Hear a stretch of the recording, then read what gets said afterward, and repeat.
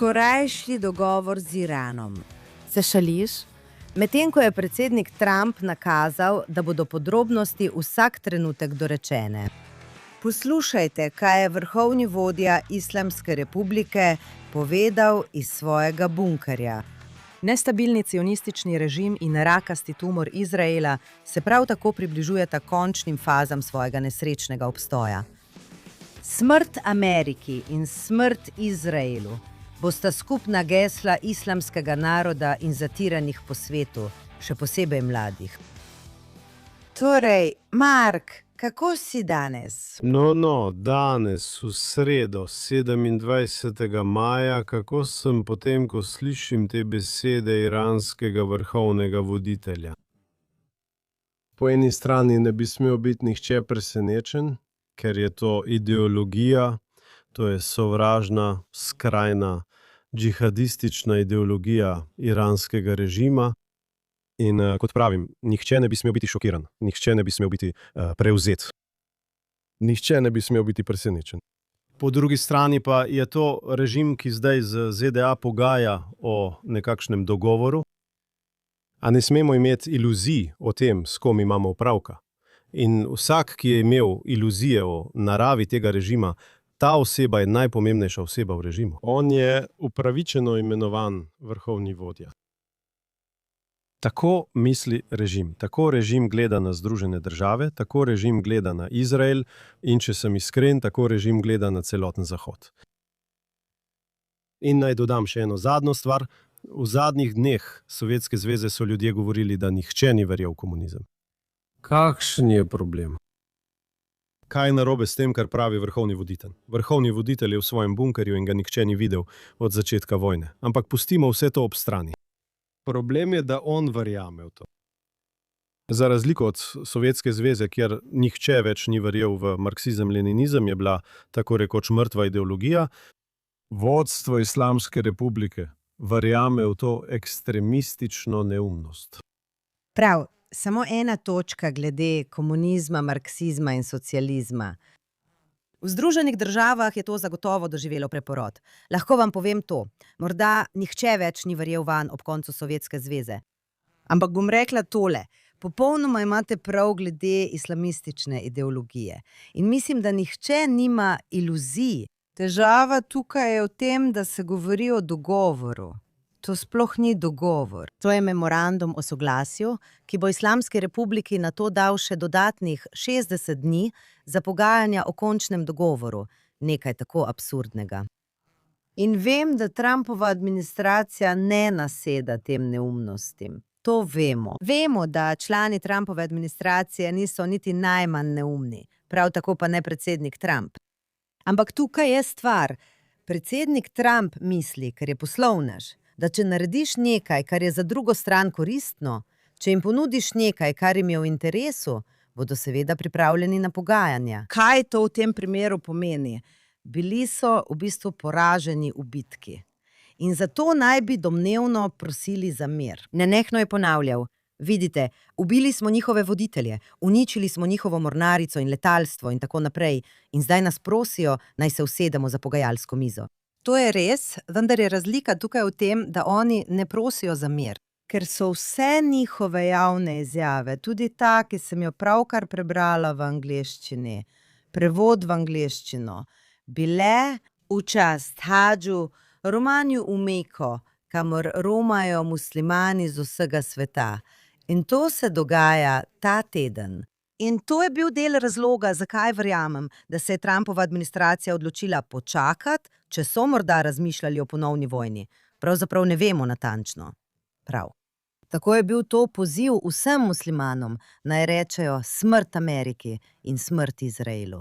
V takšnih razmerah ne vidim, kako bi lahko kdorkoli karkoli izpogajal. In razen če mi, ko rečem mi, mislim Združene države in Izrael, razen če tega ne počnemo, zato da bi načrtovali naslednjo fazo bitke, to niso dobre novice. Jasno je, kaj Iranci želijo storiti. Želijo konec ameriških napadov in želijo zavlačevati ta pogajanja, ne da bi dali karkoli bistvenega. In jasno je, kaj želijo Američani. Predsednik Trump je znova in znova povedal, ali se z njim strinjate ali ne, bil je zelo dosleden. Daje prednost dogovoru, vendar takšen, ki resnično enkrat za vselej konča iranski jedrski program. Iranci se želijo iti igrce in zdaj govorijo o premirju v zalivu, kar bo omogočilo, da se bodo cene nafte vrnile tja, kjer so bile. In veste, tisti tankerji bodo spet pluli v in iz zaliva. Ampak Iranci bodo potem, vojaški pritisk bo z njih popustil. In v kolikšni meri bodo pripravljeni na kompromis čez 60 dni, ko bo vojaški pritisk popustil. Torej, kaj Trump pravzaprav pravi? Trump pravi, da bo pustil svoje letalonosilke tam in če ne bodo pogajali v dobri veri, se bomo spet borili v vojni. Iranci bodo rekli ne, takoj, ko se navadi na mir in pogajanja, lahko to vlečemo tako, kot smo z Obamo, enako lahko naredimo tudi s Trumpom. In na koncu bo prišlo do neke zelo nejasne formulacije, kar pomeni, da nam ne bo treba ničesar žrtvovati. In tukaj smo danes. Trump želi natančno zavezujočo formulacijo za dogovor o premirju. Iranci pa želijo čim bolj nejasno formulacijo. Če predsedniku Trumpu priznamo zasluge, se je vmes dogajalo še nekaj drugega. Preko vikenda smo imeli ameriške napade na iransko mornarico in druge objekte v zalivu.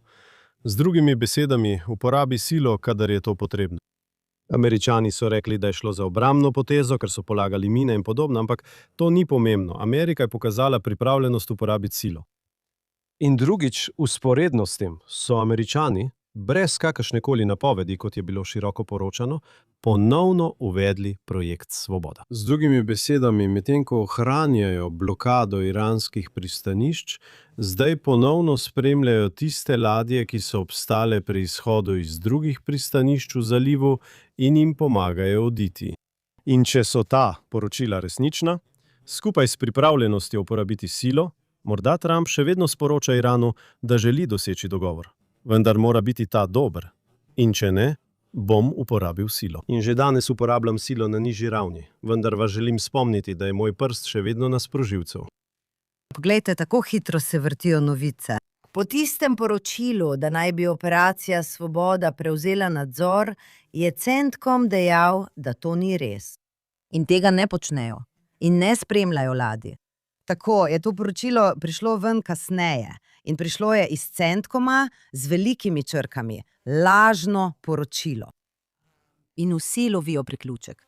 Vsak časopis, vsaka televizijska postaja. Wall Street Journal je poročal. Torej, ta poroča, kakorkoli. Rekli so, da tega ne počnejo. Torej, kdo ve? Pravzaprav sploh ne vemo več, kdo govori resnico.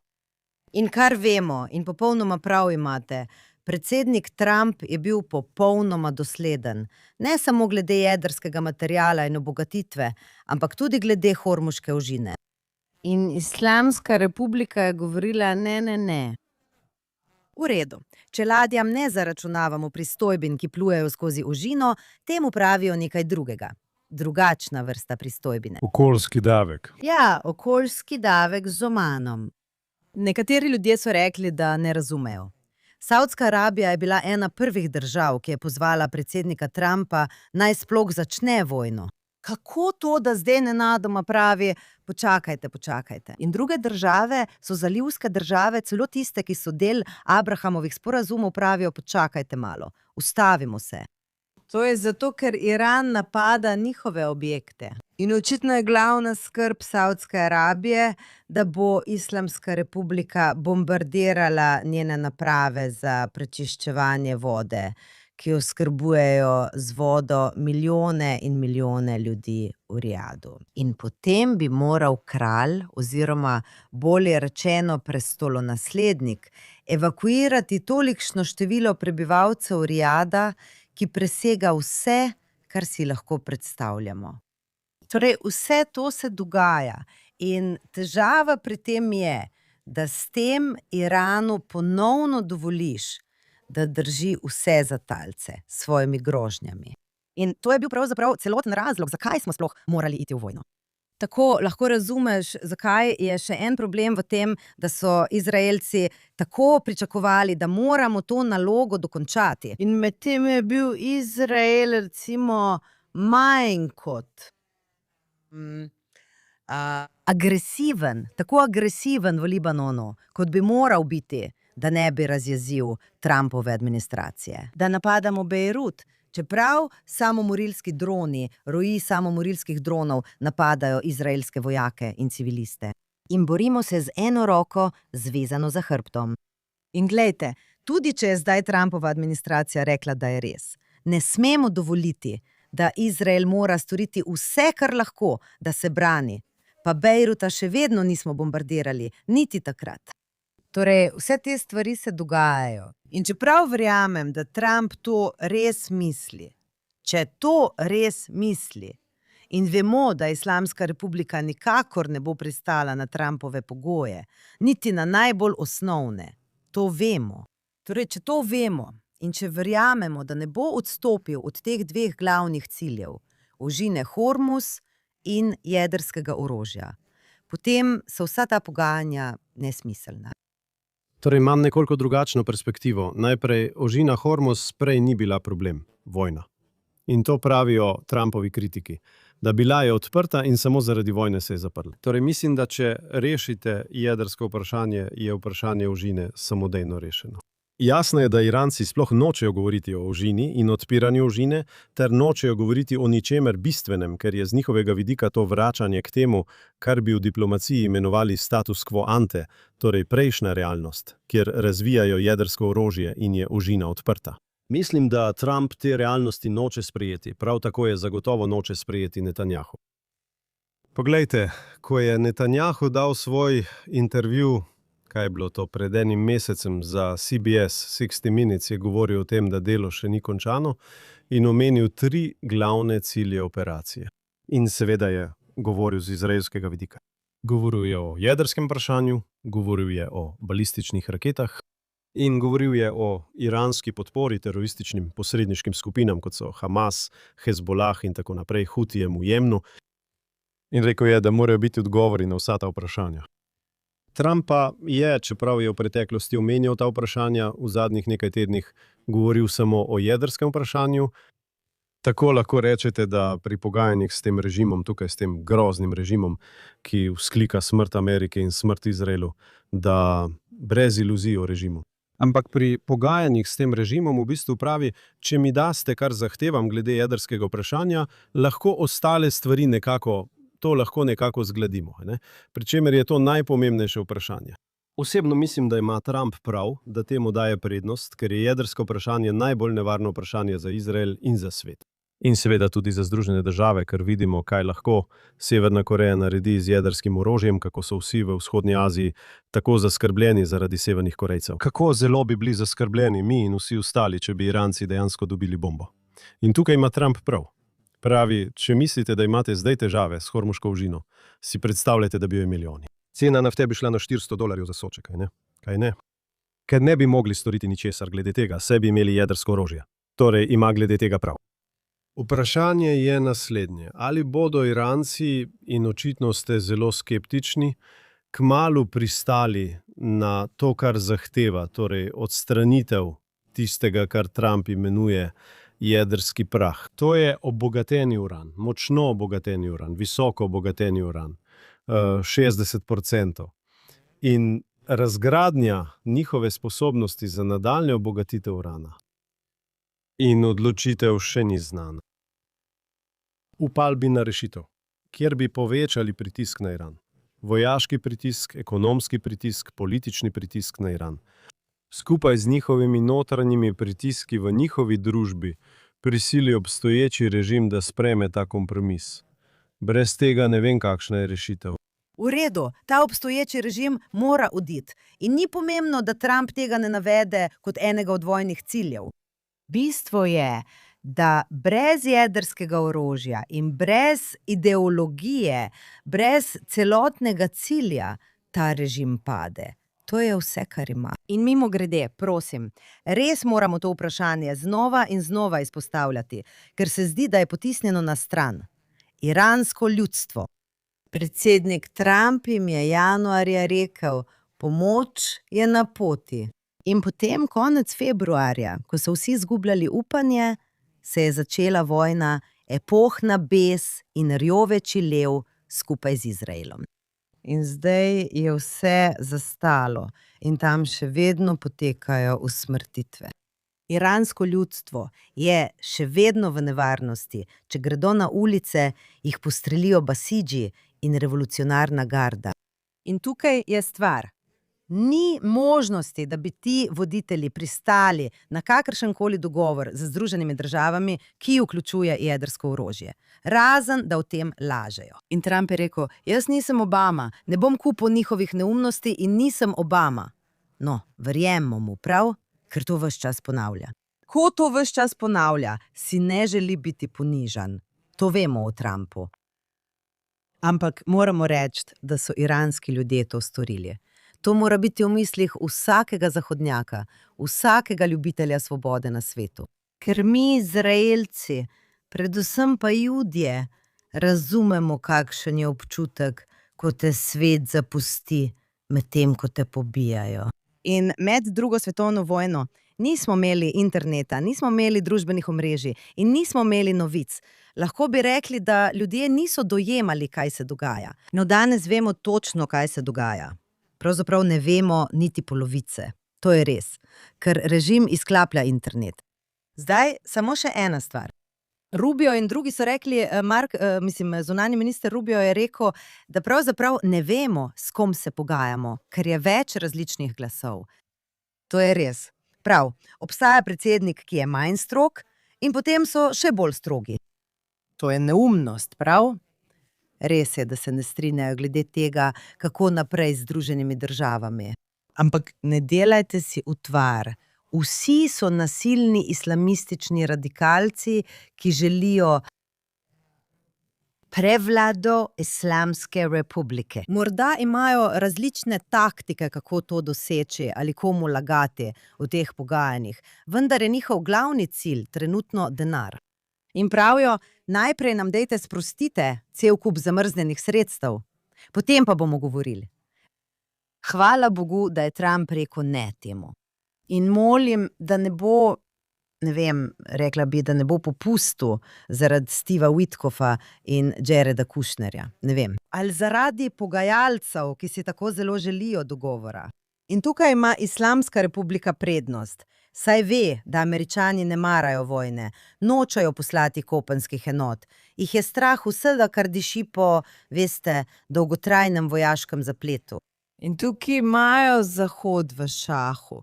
To vejo. In vedo, da če bodo zdržali dovolj dolgo, bo večji pritisk na Trumpa kot na njihov režim. Torej, če verjamejo v to in veliko ljudi na Zahodu bo to ponovilo, kar ste pravkar rekli, da je čas na njihovi strani, vse, kar morajo storiti, je, da ostanejo trdni in dobili bodo, kar želijo. Tako da mislim, da je to morda držalo za druge predsednike, ne pa za tega konkretnega predsednika. Vsaj še vedno dajem Trumpu prednost dvoma. Mislim, da verjame, da je treba ohranjati vojaški pritisk, ampak ohranjati pritisk, obdržati svoje sile tam in hkrati tudi gospodarski pritisk. Blokirati njihova pristanišča in hkrati morda omogočiti, da lahko nafta iz arabskih zalivskih držav pride ven na takšen ali drugačen način. Vojaški in gospodarski pritisk skupaj misli, da lahko dobi takšen dogovor, kot si jo želi in da ni pripravljen na kompromis. Za Izrael je bilo zelo težko, ker je iranska zavezniška skupina v Libanonu seveda streljala te smrtonosne drone na naše vojake in na naše civiliste v severnem Izraelu. In imeli smo kar nekaj smrtnih žrtev, večinoma skoraj vse vojaške. In bilo je težko in pojavili so se pozivi vladi, zakaj Izrael ne ukrepa odločneje proti Hezbolahu, zakaj ljudje na severu Izraela niso varni.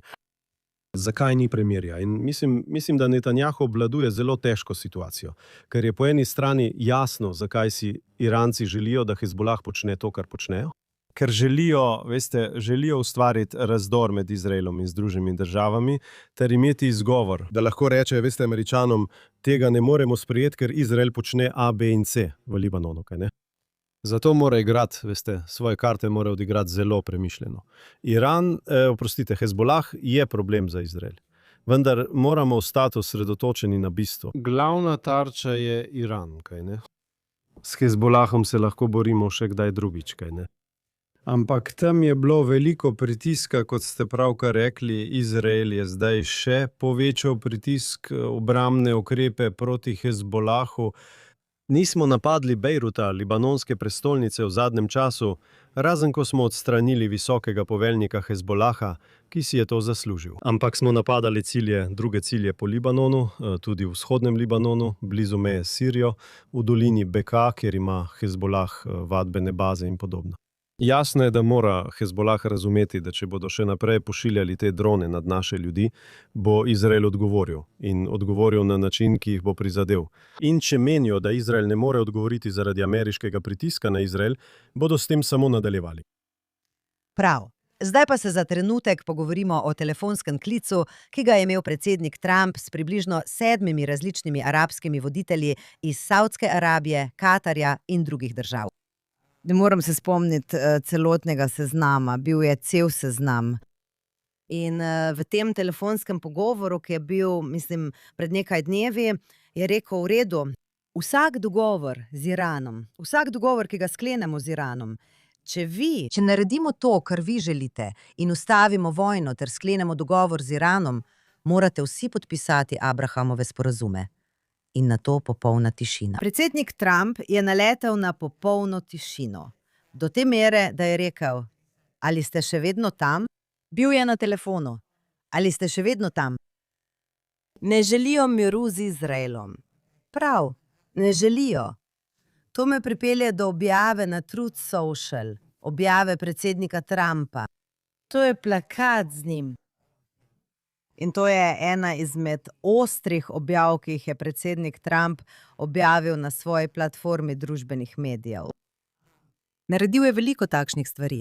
Po eni strani pravi, da smo blizu dogovora. Po drugi strani pa objavi sliko rakete in reče: veste, hvala za vašo pozornost glede te zadeve. Tukaj ta pravi: mir z močjo, strogo držo.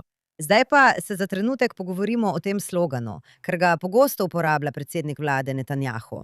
Ne vem, ali je on izvorno ustvaril ta izraz ali ne, vendar ga uporabljata tako on kot predsednik Trump. To je geslo: mir z močjo. Povej mi, kaj misliš, da to pomeni? Mislim, da je mir z močjo realnost. Ljudje, ki mislijo, da to ni res, ignorirajo resničnost. Živimo v težkem svetu, kjer so zelo težavni akterji, s katerimi se moraš soočiti. In če mislijo, da si šibek, bodo to izkoristili in ti povzročali težave. In biti moraš močan, da si spoštovan. Pomembno je tudi, da se te bojijo. Niti treba biti učenec Machiavellija, srednjeveškega filozofa, realpolitike, da bi to razumel. In zgodovinske izkušnje so tako močne. Mislim, vsi ti ljudje, ki so mislili, da bodimo prijazni do Hitlerja, da ga pomirimo, da mu dovolimo vzeti Porenje, Avstrijo in Češko-Slovaško, in misliš, da si prijazen in popuščaš ter odlašaš vojno, ampak v resnici kaj pravzaprav počneš? Vojno delaš verjetnejšo in ko izbruhne, je druga stran v prednosti, ker ima več virov, več ozemlja in vedno večjo vojaško moč. In tako je bilo tudi s Sovjetsko zvezo. Zakaj je Sovjetska zveza razpadla in je med Moskvo in Washingtonom pod Ronaldom Reaganom vsaj začasno zavladal mir? Ker je rekel, da bomo zmagali v hladni vojni, vlagali bomo v orožje, vlagali bomo v to. Z drugimi besedami, celotna ideja, da se lahko nekako razorožiš in potem živiš srečno do konca svojih dni, veš, morda deluje v hipijevskih komunah, ampak ne v resničnem svetu, kaj ne? V Izraelu, na Bližnjem vzhodu, moraš biti močan.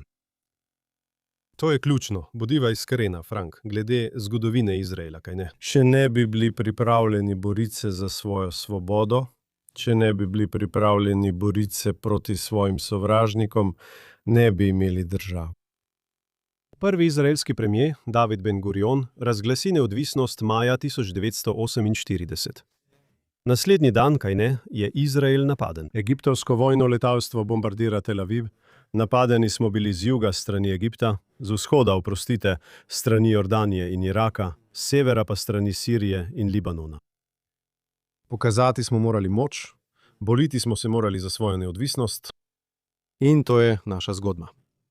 Če nisi močan, ne bo miru in ne boš dosegel mirovnih sporazumov. In ni naključje, da je prvi izraelski mirovni sporazum za arabsko državo sklenil Menahem Begin, ki je bil znan kot jastreb.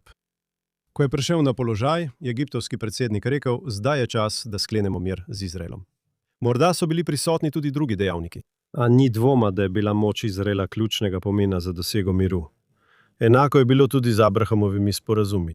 Ko si močan, lahko dejansko dosežeš mir. Ko si šibek, nikoli ne boš dosegel miru. Prav, no, stvar je v tem, da ko je Anwar Sadat rekel, v redu, želim skleniti mir z Izraelom, je bilo to tudi zato, ker se je odločil, da želi zapustiti sovjetsko os in se pridružiti osi Združenih držav Amerike. In to je imelo upraviti z izračunavanjem, kdo je močnejši, katera stran je močnejša. In ponovno, Abrahamovi sporazumi popolnoma imate prav. Za razliko od mirovnih sporazumov v Izraelu, kot so sporazumi iz Osla, ki so bili popolna katastrofa.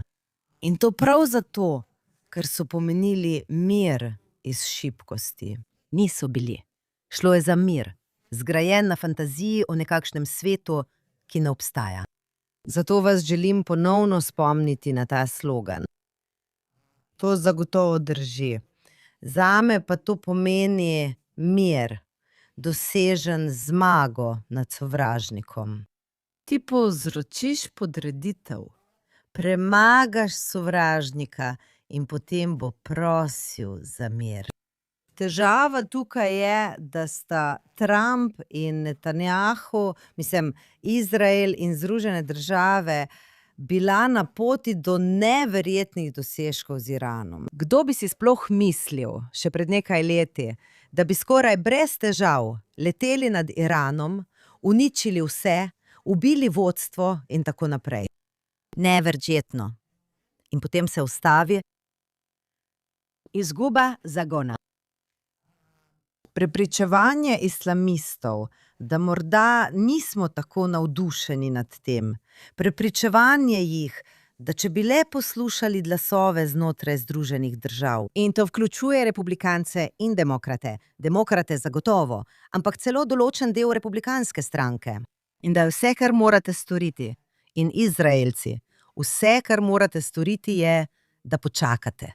In potem opazujete javnost. Demokratična, ker so to demokratične države, kot je Izrael. Opazujete ljudi, ki protestirajo ali pišejo članke v New York Timesu, karkoli že je. To so razumeli. In mislim, da smo izgubili. Upam, da samo začasno. Izgubili smo mir z močjo. Ker trenutno, še posebej, če vidite izjave, ki prihajajo iz Islamske republike, lahko rečete, da jih ni več strah. Ali pa jih je strah, vendar preizkušajo in preizkušajo. Dejstvo je, da medtem ko Bela hiša napoveduje, da je memorandum o soglasju v teku, skoraj dosežen, manjka le še nekaj besed. In vrhovni voditelj reče: smrt Ameriki in Izraelu, nato pa še hadžu in v čast romanju v Meko. To mi pove, da ne razmišljajo o miru in da ne menijo, da je Zahod močan. In to moramo čim prej popraviti. Omenili ste vrhovnega voditelja, novega vrhovnega voditelja, kako naj ga imenujemo, Hamenej mlajši. Ja. Nihče ga ni videl, nihče ni slišal njegovega glasu. Nihče ni videl nobenega videoposnetka z njim, celo Nasralah, pokojni vodja Hezbolaha je objavljal, bal se je, da ga bo Izrael odstranil, ampak je objavljal te videoposnetke iz nekega bunkerja pod zemljo, ali pa bi imel kakšen prenos v živo. Novi iranski voditelj pa ni naredil niti tega. In celo so rekli, da je bila tam njegova pisava. Zdaj pa ljudje pravijo, da je videti, kot da je bilo to, kako se reče, kot pri Bidenu, ko je imel tisto mehansko pero ali nekaj takega. Podpisalo je namesto njega. Z drugimi besedami, nihče ne ve, kakšno je njegovo stanje. In vendar bereš ta poročila, da je on najbolj skrajni glas tam, ali eden najbolj skrajnih glasov, in da preprečuje vsak dogovor. Resničnost pa je zapletena. Strinjal bi se z osnovnim načelom, da če obstaja možnost, Če obstaja možnost dobrega izida z Iranom, je to le zaradi moči in morda še več moči in še več moči. Prepričani morajo biti, da njihova pot, veste, pot, po kateri gredo s svojim jedrskim programom, s svojim agresivnim vedenjem, s svojo željo po izvozu islamske revolucije, razumeti morajo, da jim nadaljevanje teh politik škodi bolj kot nam, tako na srednji kot na dolgi rok. In spremeniti morajo svoj način delovanja. Morda jih bo treba še nekajkrat udariti po glavi, preden bodo to razumeli. Upam, da bo to v dobro vseh, raje prej kot kasneje. Če pa nismo pripravljeni na dolgotrajen napor, se to nikoli ne bo zgodilo. Ne, absolutno. Ampak resnično moramo, če se vrnemo k vprašanju iranskega ljudstva, resnično moramo, če bi bili na poti, da to storimo. Pripraviti teren, da bi lahko znova prišli na ulice in protestirali, ker režima ne moreš strmoglaviti. Režima zagotovo ne moreš zamenjati brez iranskega ljudstva. Lahko pa to olajšaš. In čeprav so pred nekaj meseci Iranci govorili, veste, imamo radi Trumpa, imamo radi Netanjahuja, slišim od svojih iranskih virov, ljudi, ki imajo nekakšen stik s sorodniki tam in vse to, da se to spreminja. In veliko je razočaranja nad predsednikom Trumpom in strahu, da jih je, veste, preprosto pozabil. Torej, jaz nisem pozabila nanje. In vem, da tudi vi niste pozabili nanje. In vem, da tudi Izraelci niso pozabili nanje. Nenehno jih moramo imeti v ospredju, ker je tudi to ključno. Ni me briga, če kdo reče, da to ni Amerika na prvem mestu. To ni res, prav? Amerika na prvem mestu pomeni, da so ameriške vrednote zelo pomembne. In ne dovoliš, ko veš, da se okoli dogaja množični pokol. In še posebej, če si že v vojni s to državo, ne rečeš, no, to res ni naš problem. To je naš problem. Je. In še posebej kot ljudje, ki vemo, kakšen je občutek, ko te svet zapusti med tem, ko te pobijajo. Mimogrede, Iranci niso edini. Imamo islamiste, ki pobijajo kristjane po vsej Afriki. To ne rešuje tega problema. Problem džihada, globalnega džihada ne bo izginil. Ni dvoma, da je treba Islamsko republiko popolnoma razorožiti glede jedrskih zmogljivosti. In nikoli, nikoli, nikoli jih ne smejo imeti. To bo pripeljalo do padca režima in to bo vplivalo na vse druge džihadiste. In bil je ta slogan, da naj bo Iran spet velik. Mislim, da ga je celo Trump uporabil. Da, je tako. Iransko ljudstvo je izobraženo. Iransko ljudstvo je pametno. Iransko ljudstvo bi lahko zgradilo res uspešno državo. In zdaj, zaradi tega norega islamističnega režima, živijo v propadli državi, kaj ne? Z groznim življenjskim standardom. Imajo vso to nafto, kaj ne? Lahko bi bili tako bogati kot njihovi arabski sosedje v zalivu. In veste kaj? Zaradi svojega režima so na dnu. Ja. Sprememba režima bi bila najboljša stvar za Iran, za regijo in za svet. Edino vprašanje glede spremembe režima je, da nihče ne zanika njene zaželenosti. Edino vprašanje je, v kolikšni meri je to izvedljivo z vojaškim posegom Izraela in Združenih držav. Lahko uničimo jedrske programe, lahko uničimo balistične rakete, lahko uničimo vojaško industrijo, lahko uničimo infrastrukturo. Z vojaškimi napadi lahko dosežemo marsikaj, veste. A na koncu lahko režim tudi oslabimo. Ampak, kot je, premier Netanjahu večkrat povedal, lahko režim oslabimo, vendar je na koncu odločitev na iranskem ljudstvu. In razumem njihov strah. Videli smo, kako so jih pobili, veste, januarja, ko je ta grozljiv, prezirljiv, brutalen režim v samo nekaj dneh poklal lastno ljudstvo, da bi ostal na oblasti.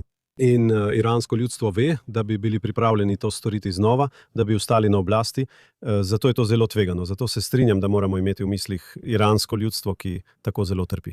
Z vidika politike mislim, da je dobro, da izpostavljate moralni vidik, ampak mislim, da je tukaj vprašanje, kaj je dejansko izvedljivo strani Izraela, Združenih držav v okviru tega konflikta, da bi pomagali okrepiti iransko ljudstvo. In to je vprašanje. Prav, v redu. Ampak bistvo je, Če pravite, in s tem se strinjam, da morate ta režim ekonomsko zadušiti. In to je odlično. To je prav. To naredite. In zato je Trump rekel, resno, vi prevzemate Hormuško ožino. Pokazal vam bom. Blokiral vas bom. Z to politiko sem se strinjala. In popolnoma imate prav. Ne morete kar tako, veste, brez razlikovanja izstreljevati raket na vse cilje v Iranu. To samo po sebi ne bo pomagalo. Popolnoma imate prav. Težava je v tem, kar pravim, da smo prehitro odnehali. Del tega je bil tudi strah pred cenami nafte po vsem svetu. In zdaj, kot sem rekla, je k temu dodano še to, da Saudska Arabija pravi, kaj pa, če Iran napade naše naprave za čiščenje vode. Tako da, kot čas mineva, dajete režimu več vzvodov. Tudi nekaj prostora za dihanje. Prostor za dihanje in priložnost, da dobijo denar od Kitajske. No, upamo, da je Trump, ko je obiskal Šija na Kitajskem, morda rekel nekaj v smislu, bolje, da tega ne naredite. Ne vemo točno, kaj ne. Ampak bistvo je to. Medtem ko Kitajska in Rusija opazujeta in če zaznata šibkost, bi to lahko vplivalo tudi na Kitajsko. Kitajska bi se lahko odločila napasti Tajvan. Kot posledico rekoč, če je to najboljše, kar imajo, vemo, da nismo v taki nevarnosti. To ima seveda globalne posledice in ponovno bom rekla, da je vse odvisno od tega, kdo prvi popusti. In ena od težav je bila povezana s ceno nafte, z bencinskimi črpalkami, s ceno goriva na črpalkah po vsej Ameriki. Ni tako, da ne bi imela sočutja. Poslušajte, vem, kako je, ko se finančno boriš. Nihče mi tega ne rabi razlagati, prav? In čeprav pravijo, da Judy nadzorujejo banke in vse ostalo, bi bila vesela, če bi lahko nadzorovala, veste, svoj lasten bančni račun. To bi bilo lepo. Ampak, in razumem ljudi, ki se res borijo in plačujejo veliko za gorivo. Čeprav se Izraelci včasih smejijo, ko slišijo, koliko Američani plačajo za gorivo. Ko pomisliš, koliko stane napolniti rezervoar, pustimo to. Razumem. Ampak veš kaj, lahko preprosto rečeš, poslušaj, Trump je to poskušal povedati. To je začasno. Poslušaj, grozno je, da se vam cene višajo. Ampak mimogrede, borza v Ameriki cveti. Torej, to se dogaja hkrati s tem. Ampak to ni vse. To je ključna stvar, ki se dogaja. In to bo imelo dolgoročne posledice, tudi na ceno goriva. Cena goriva bo nižja, če lahko obglavite Islamsko republiko in jo osvobodite njenega jedrskega orožja. Ji vzamete vse vzvode moči. Potem bodo stvari boljše. In Amerika ima ogromno nafte, zahvaljujoč hidravličnemu lomljenju, ki ga okoljevarstveniki in demokrati niso marali. To poskušam povedati in začasno moramo dokončati delo. In tukaj me skrbi. In mimogrede, ne samo predsednik Trump, ki sem ga podpirala in ga še vedno, ampak tudi Netanjahu. Obstaja nekaj, in to velja za vse demokracije, ko je pritisk strani lastnega naroda. In še posebej v času volilne sezone, ki se je bovatin jaz kmalu lotili, predvolilne sezone, prave volilne sezone v Izraelu. In v Ameriki so vmesne volitve. Trenutno je veliko strankarskih predvolitev, ki vodijo do novembrskih vmesnih volitev. Tako da mislim, da imaš popolnoma prav. In pravijo, da imajo demokratične države v primerjavi z nedemokratičnimi državami ogromno prednosti, ko se soočajo med seboj. Ampak ena od prednosti avtokrata, pa naj bo to v Iranu ali na Kitajskem, je ta, da lahko razmišlja v generacijskih okvirih. Torej lahko reče, veš, 10 težkih let in potem bomo imeli 10 dobrih let. Ne? Oni lahko to načrtujejo, medtem ko je v demokratičnih državah to veliko težje zaradi volilnih rokov in podobno. Pravilno ste povedali, v Združenih državah bodo v novembru vmesne volitve, tukaj v Izraelu pa bomo imeli volitve. In pogovorimo se zdaj o tem za trenutek, ker smo to obljubili našim zvestim gledalcem in poslušalcem, ki spremljajo Izrael in diplomacijo. Da bomo vedno zadnje 3 ali 4 minute našega podcasta namenili razpravi o izraelski politiki. Tako se bo Kneset sestal naslednji teden in končno določil datum izraelskih volitev. Zdaj, za naše ameriške gledalce in poslušalce je to čudno, ker veste, da so volitve vedno, oziroma prvi teden novembra, vsake 2 leti in vsake 4 leta za predsednika, kaj ne? Veste, kdaj bodo volitve, veste, kdaj boste novembra glasovali. V Izraelu, ker gre za parlamentarni sistem, se mora Kneset razpustiti v določenem časovnem okviru, seveda, ampak poslanci imajo veliko manevrskega prostora. Včasih se Kneset razpusti po 2 letih, včasih po 3 letih. Imeli smo nekaj primerov v obdobju političnih pretresov, ne tako dolgo nazaj, ko se je Kneset tako rekoč takoj razpustil. Tako da je zdaj v Izraelu razprava, da bi lahko imeli volitve že 16. septembra ali pa šele, 27. oktobra in poteka velika razprava o tem, kdaj bodo volitve. In tako se postavlja očitno vprašanje, v čem je sploh težava. Če jih lahko imate sredi septembra ali konec oktobra, zakaj se sploh prepirati? Ampak razlog za prepir obstaja. In morda v naslednjem tednu ali 2 bo to odločeno in bomo natančno vedeli datum izraelskih volitev. Zakaj pa Ruti se o tem sploh prepirajo? Zakaj je tako pomembno, če so volitve 2 tedna prej ali 3 tedne kasneje? Zakaj je to tako velika stvar? Veš, zelo je zmedeno. Ena stvar, ki je zmedena in nekako osupljiva, je, da ta trenutna vlada dejansko odslužuje celoten 4-letni mandat, kar je v parlamentarnem sistemu skoraj nezaslišano. Seveda smo se v Izraelu včasih šalili, da smo v tem pogledu skoraj tako slabi kot Italija. Veš, imaš parlament in veš. Vlade prihajajo in odhajajo, ne? Prav. In Izrael ima tudi takšno tradicijo. In ta vlada, zakaj pravim, da je osupljiva? Zaradi 7. oktobra, zaradi protestov proti pravosodni reformi, nato pa pokol 7. oktobra, potem vojna in vse to. Mislili bi, da pod takimi pogoji ni mogoče imeti stabilne vlade. Pa jo imamo. Torej bi rekli, v redu, zakaj potem vsi ne rečejo, v redu, skoraj smo tam. Kakšna je razlika? Naj bodo kar v prvotno načrtovanem času, konec oktobra. Pred 4 leti, mislim, da so bile volitve 2. novembra, recimo, torej govorimo o skoraj polnih 4 letih mandata. In kar je še posebej nenavadno pri celotnem argumentu o tem, kdaj se to zgodi, je to. Ko so bili talci še vedno v Gazi, ali vsaj nekateri od njih, dokler je bil v Gazi še kakšen talec, je obstajalo celotno gibanje, protestno gibanje, protivladno protestno gibanje, ki je ves čas vzklikalo volitve zdaj, dol z vlado, dol z vlado. In nekateri med nami smo rekli, poslušajte, tudi če sovražite to vlado, zdaj ni pravi čas, smo sredi vojne, še vedno imamo talce v ujetništvu pri Hamasu. Volitve? Misliš, da bomo vsi imeli plakate in kampanje ter šli na volišča? Smo nori. In to se ni zgodilo. Prav, ampak že sama želja in razlog je bil, da je opozicija verjela, da bi Netanjahu, če bi bile volitve, nujno izgubil volitve, ker je iz očitnih razlogov 7. oktober padel v njegov mandat. Torej, to se ni zgodilo. In bila je tudi stabilna vlada, ker je bila vsa desničarska, ni imela nobenih levičarskih ali arabskih strank. Tako so nekako zdržali skupaj. Zdaj, kar te sprašujem, je to. Prav, zdaj vemo. Jaz osebno ne razumem, zakaj se sploh prepirajo. In ne razumem, zakaj Netanjahu želi to imeti kasneje in ne prej. Vem, da so nekateri rekli, da si verske stranke tega niso želele. Želeli so to imeti po velikih judovskih praznikih, ki so na začetku septembra, približno takrat. Šolsko leto se začne 1. septembra. Vse takšne vrste premislekov so tehnične, ne politične. Ampak ne razumem. In če bi bila Netanjahu, moram reči, da nikoli nisem kandidirala za nobeno funkcijo, tako da ne vem.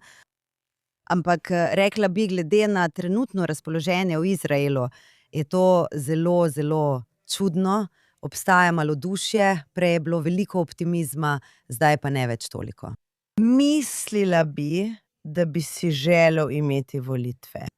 Razlog, da jih želi prestaviti na kasnejši čas, je v tem, da upa, da bo prišlo do več premikov v Libanonu in Iranu. Lahko se motim. Povej mi ti, morda misli, veš, da bo vojna šla v pozitivno smer? Morda misli, da bo predsednik Trump pripravil nekakšno oktobrsko presenečenje, kar je ameriška politična tradicija, da narediš nekaj velikega oktobra in zmagaš na volitvah novembra. Običajno ljudje o tem govorijo v okviru predsedniških volitev in ne volitev na sredini mandata, ampak veš, morda in zato Netanjahu raje izbira kasnejši datum kot pa prej. Ampak spet govorimo o 2 ali 3 tednih v eno ali drugo smer. Verske stranke so si želele, da bi bilo to septembra, ker je blizu judovskega novega leta.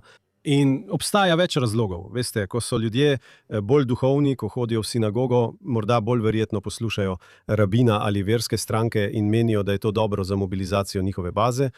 Pred judovskim novim letom je tudi mesec Elul, ko potekajo pozne nočne molitve imenovane Selihot, kjer se opravičujemo za vse svoje grehe. In zato menijo, da je ta raven duhovnosti dobra za verske stranke.